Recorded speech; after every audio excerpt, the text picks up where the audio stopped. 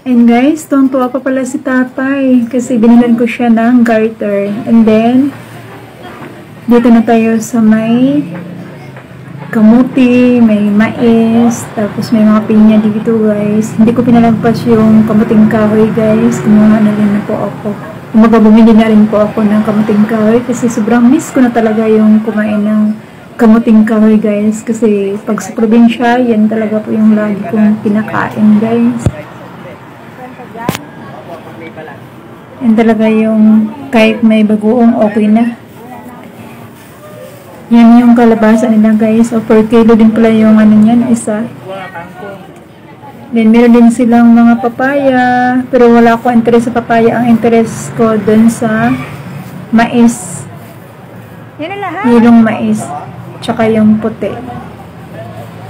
Tapos namili na rin ako ng kamuting kahoy. Dalawa. Kung nang pinapansin yung iba kasi syempre mabigat kasi guys kapag magano ako kung baka dadalhin ko.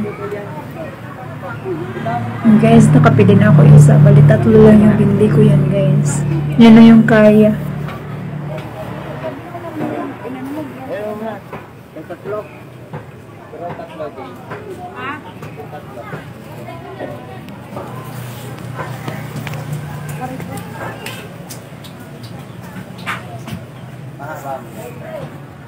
Sindiyo na guys, at malikot yung aking kamay. Mayroon talagang walang photographer.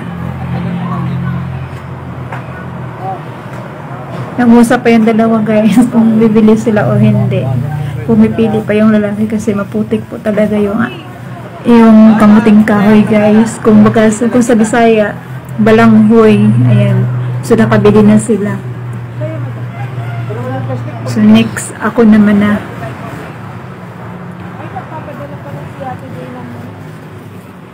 Ako kasi guys, bunot ng bunot lang ako. Hindi man lang ako nakapag-isip na kailangan pala maghawak pa ng kumbaga kukuha ng plastic. So yan na guys, yung napili kong 3, kaya kikilo na ni ate. Tapos isang mais. Mura lang yan guys. 40 lang po yung 3 kamuting kahoy. Then sinabayan ko na rin po ng isang mais.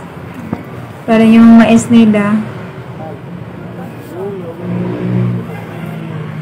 20 pa lang isa niyan. Then dala na ako dito sa pancake guys. Ayan, 7 pesos na yung isa niyan. Kaya 4 na kagad yung kinuha ko.